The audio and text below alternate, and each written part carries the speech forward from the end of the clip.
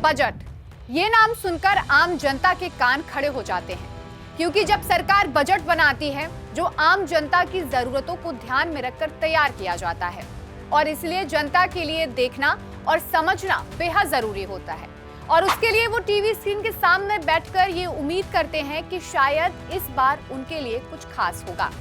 Budget सिर्फ आंकड़ों का खेल नहीं है, इसमें तय होता है कि आपकी इनकम पर कितना टैक्स लगेगा, राशन, मोबाइल और गाड़ियां सस्ती होंगी या महंगी, वहीं रेलवे और इंफ्रास्ट्रक्चर पर सरकार कितना खर्च करेगी। लेकिन क्या हो अगर आपको ये मौका मिले कि आप खुद सरकार को बता सके कि देश के बजट में क्या शामिल करना चाहिए। केंद्र सरकार ने आगामी बजट 2026-27 के लिए अब आम जनता के दरवाजे खटखटाए हैं।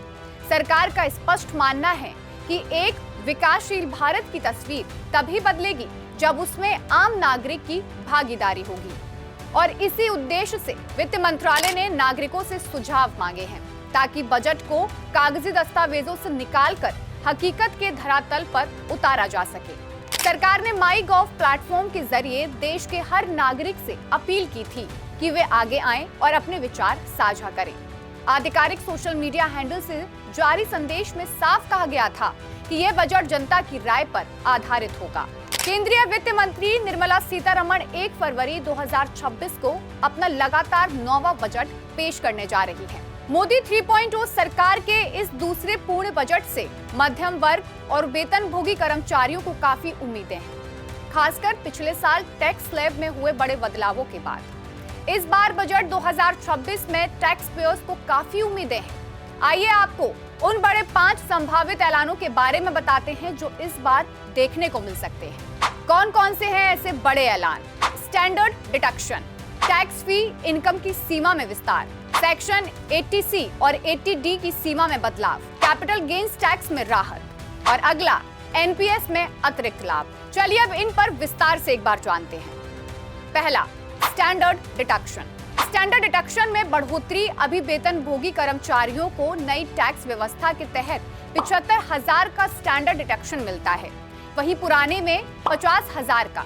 बढ़ती महंगाई को देखते हुए एक्सपर्ट्स के मुताबिक इसे बढ़ाकर 1 लाख रुपए किया जा सकता है। इससे कर्मचारियों की टेक होम सैलरी में इजाफा होगा। दूसरा, टैक्स फ्री इनकम की सीमा में विस्तार। पिछले बजट 2025 में 12 लाख रुपए तक की आय को टैक्स फ्री किया गया था।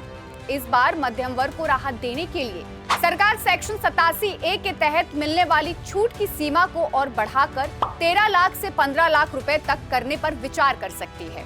तीसरा, सेक्शन 80C और 80D की सीमा में बदलाव।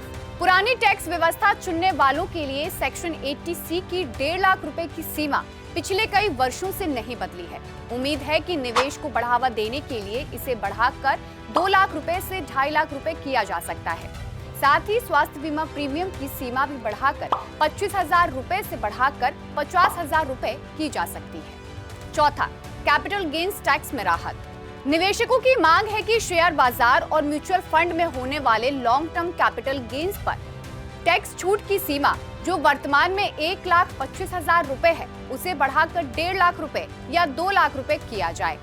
इससे छोटे निवेशकों को बड़ी राहत मिलेगी। पांचवा आता है NPS। NPS में अतिरिक्त लाभ। रिटायरमेंट प्लानिंग को और आकर्षक बनाने के लिए सरकार NPS के टियर 2 खातों पर टैक्स छूट दे सकती है या नियोक्ता के योगदान पर मिलने वाली छूट की सीमा को 14% से बढ़ाकर सभी के लिए एक समान कर सकती है। अब ये देखना दिलचस्प होगा कि इस बार के बजट के पिटारे से आम जनता के लिए क्या निकलता है। क्या इस बार का बजट जनता के लिए राहत भरा रहेगा या फिर जनता के हाथ में झुंझुना पकड़ा दिया जाएगा? फिलहाल के लिए इस वीडियो में इतना ही। ऐसे ही तमाम वीडियो देखने के लिए जुड़े रहिए प्राइम न्यूज के डिजिटल प्लेटफॉर्म के साथ। नमस्कार।